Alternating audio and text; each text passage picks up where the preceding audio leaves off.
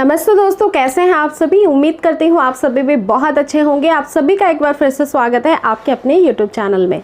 दोस्तों, प्रेगनेंसी के दौरान घर के कौन कौन से काम हैं जिनसे दूरी बनाकर प्रेग्नेंट महिला को रखना चाहिए, यही उनके लिए सेफ होता है, वरना वो मुश्किल में आ सकती हैं।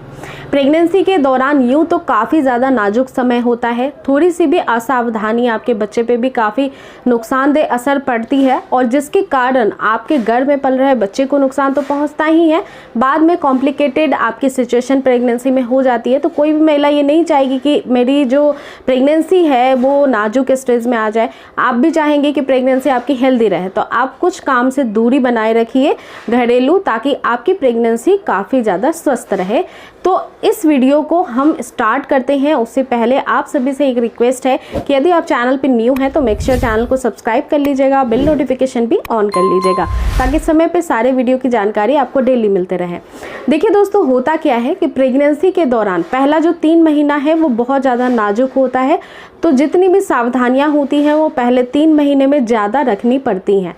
इसका कारण ये होता है फ्रेंड्स कि पहले 3 महीने के अंदर बच्चे के महत्वपूर्ण शरीर के अंग बनते हैं और 3 महीनों के बाद बच्चा जो है वो ठोस आकार में बन जाता है और उसके बाद मिसकैरेज के चांस कम हो जाते हैं। 3 महीनों के अंदर गर्भ गिरने की काफ़ी ज़्यादा संभावना होती है। इसके वजह से आपको कुछ कामों से दूरी बना लेना चाहिए। अब कॉमनली झाड़ू और पोछा सबसे पहला काम है जो हर दिन करना पड़ता है। घर की साफ सफाई, झाड़ू पोछा हर दिन करना पड़ता है। कई बार तो कई घरों में दिन में 2 बार भी झाड़ू पोछा लगाया जाता है। तो क्या झाड़ू पोछा करना प्रेगनेंसी में पहले 3 महीने में सेफ है? तो देखिए फ्रेंड्स, झाड़ू और पोछा कभी भी झुक करके लगाना आपके लिए बिल्कुल सही नहीं होगा।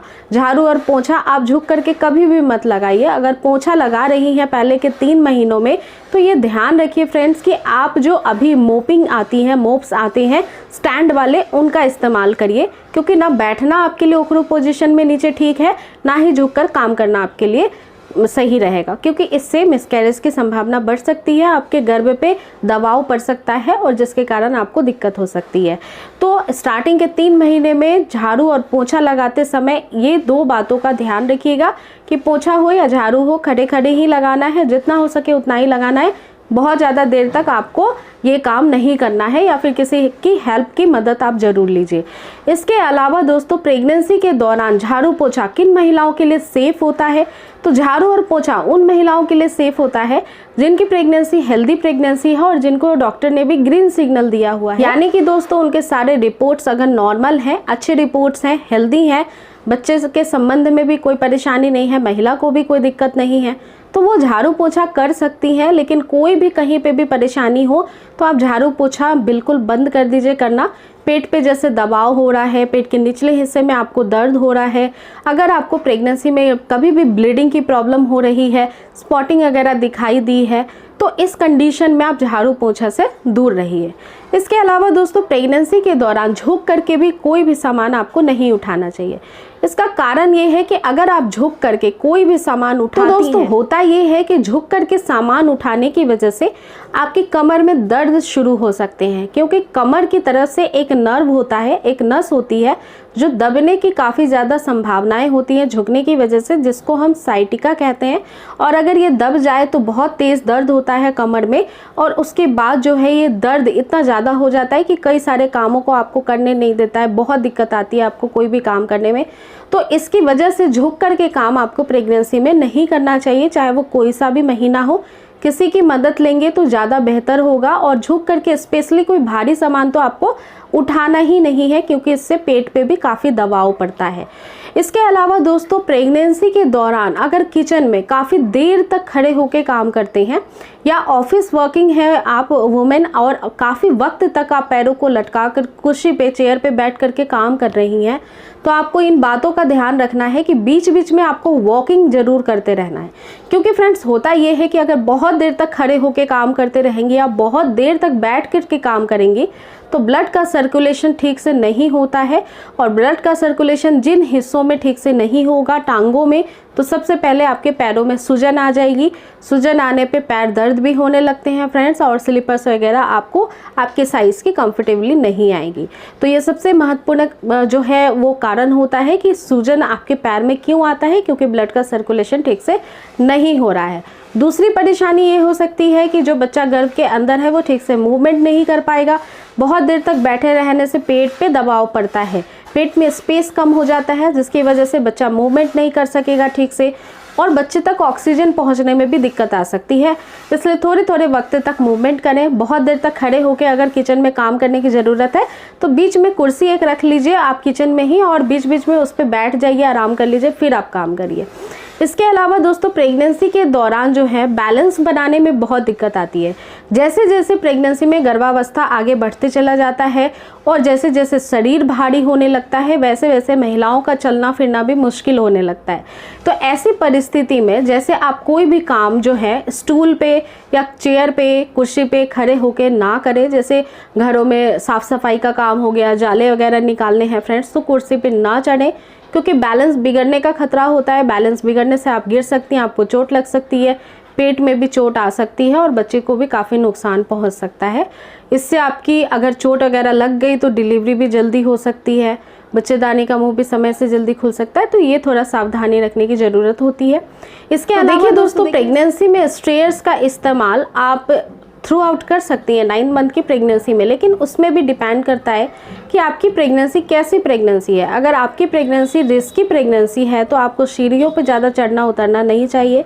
जितना ज़रूरत है उतना ही सीढ़ियाँ इस्तेमाल करें, वही आपके लिए ज़्यादा बेहतर होगा। सीढ़ियों पे जितना ज़रूरत है उतना ही चढ़ना चाहिए, बहुत ज़्यादा फ्रीक्वेंटली आपको चलना फिरना सीढ़ियों पे नहीं चाहिए। इसका दूसरा कारण होता है कि इससे आपका बैलेंस बिगड़ सकता है, अगेन चोट लग सकती है, गिर सकते हो।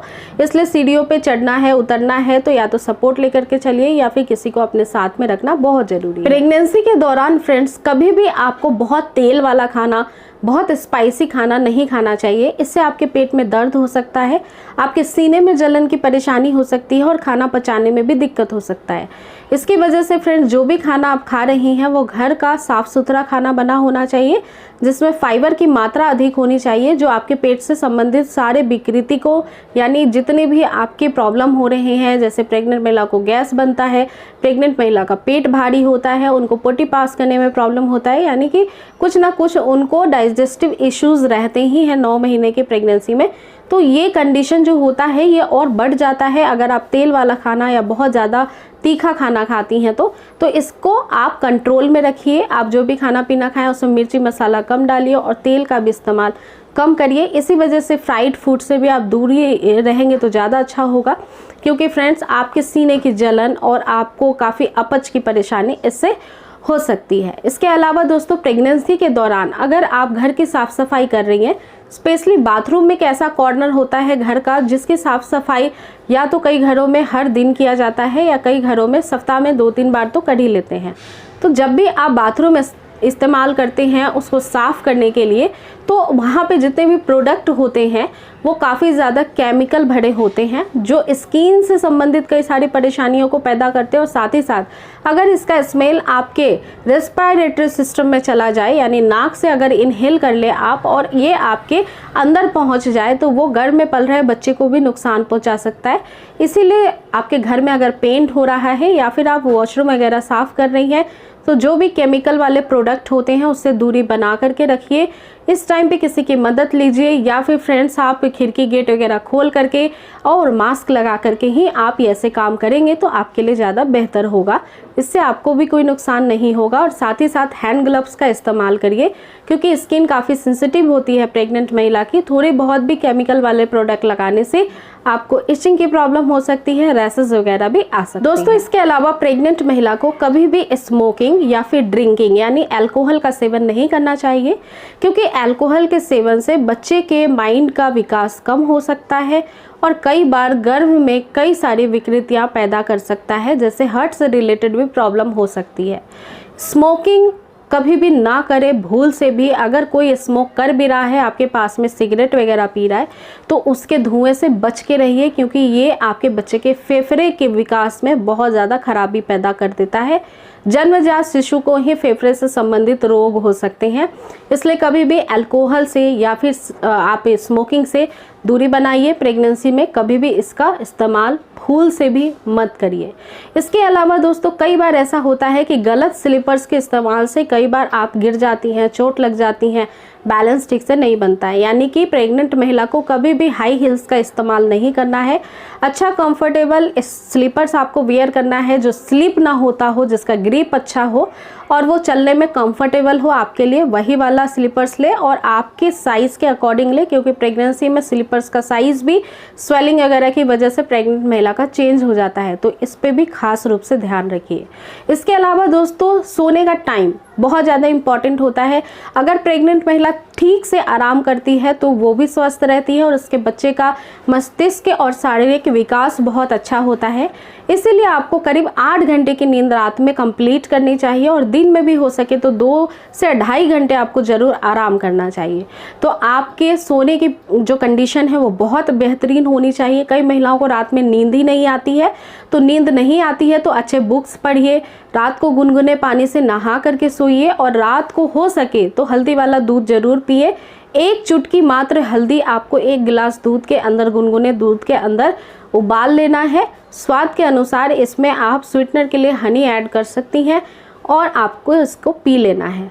ये जो चीज़ है दूध में जब आपके हल्दी की मात्रा मिल जाती है 1 चुटकी, तो ये दोनों ही मिल करके आपके ब्रेन को काफ़ी रिलैक्स करते हैं, नींद काफ़ी अच्छी आती है और शरीर की काफ़ी सारी दर्द की शिकायत भी दूर हो जाती है। तो ये तमाम ऐसे कुछ घरेलू काम थे जिससे आपको परहेज करना चाहिए और किस तरह से अपना केयर करना है ये जानने के लिए फ्रेंड्स और भी सारे वीडियोस चैनल पे मिल जाएंगे, वो भी आप देख सकती हैं।